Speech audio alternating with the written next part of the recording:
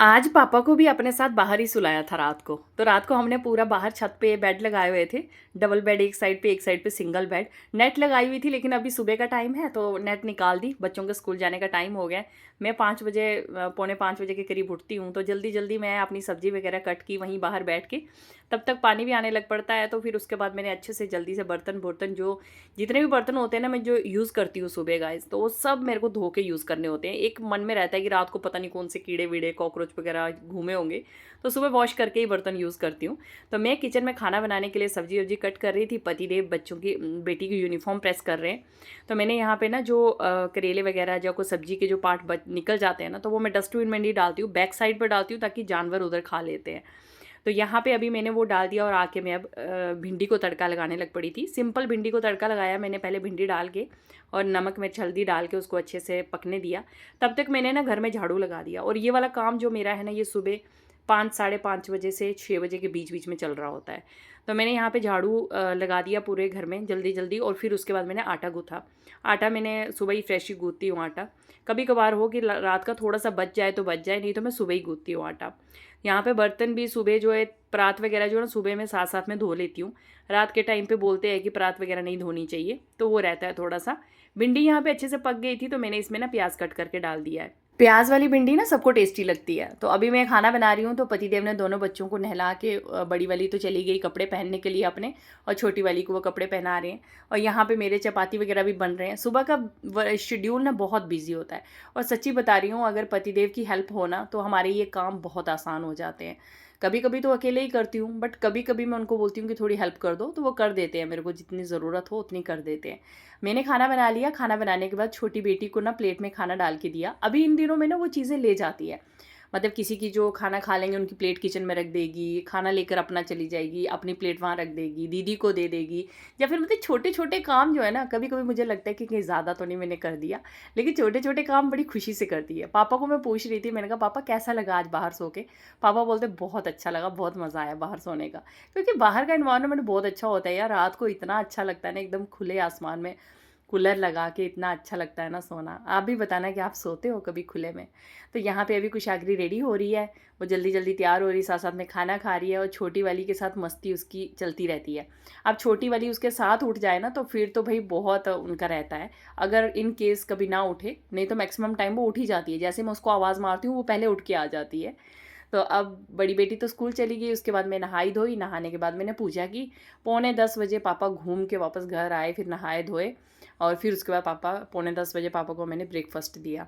तो यहाँ पे हम आपस में ऐसे बातें बातें कर रहे थे कुछ कुछ कि क्या है क्या नहीं है, और उसके बाद मैंने कुछ किचन के और छोटे छोटे काम किए। पापा आए ना तो रौनक सी लगती है घर में, मतलब खाना भी मैं बनाती हूँ ना तो बड़ा मज़ा आता है खाने का। तो मैं पापा का वेट करती हूँ। पापा थोड़ा लेट खाना खाते हैं, और हम लोग, अगर मैं अकेली होती हूँ तो मैं सुबह 7:30 8 बजे के अंदर अंदर खाना खा लेती हूँ। तो पापा आए हैं तब से थोड़ा लेट हो रहा है। तो किचन मेरी पूरी साफ़ हो गई थी। उसके बाद मैंने ना यहाँ मल्टीविटामिन की टैबलेट ली है। ये मैक्स विटा की मेरे पास मल्टीविटामिन की टैबलेट है। लेडीज़ को लेते रहना चाहिए बीच बीच में। तो मैंने यहाँ मल्टीविटामिन की टैबलेट मैं भी महीने में 1 2 बार ही लेती हूँ। जब मुझे लगता है कि मुझे बहुत वीकनेस हो गई है मैं तभी लेती हूँ, बट लेते रहना चाहिए, ये हमारी बॉडी के लिए अच्छी होती हैं। बहुत वीकनेस रहती है हमारे शरीर में। तो यहाँ पे अभी मैं ना अपनी बेटी की ड्रेस, मैंने पिछले व्लॉग में बताया था आपको कि मैंने धोती सलवार वगैरह कट की थी। तो अभी मैं बैठ गई थी स्टिच करने के लिए, क्योंकि बीच में बर्थडे आ गया था और भी चीज़ें हो गई थी ना, तो मेरा ये ड्रेस पड़ा पड़ा आज 3 4 दिन हो गए थे। तो मैंने कहा चलो जल्दी से इसको सील लेती हूँ।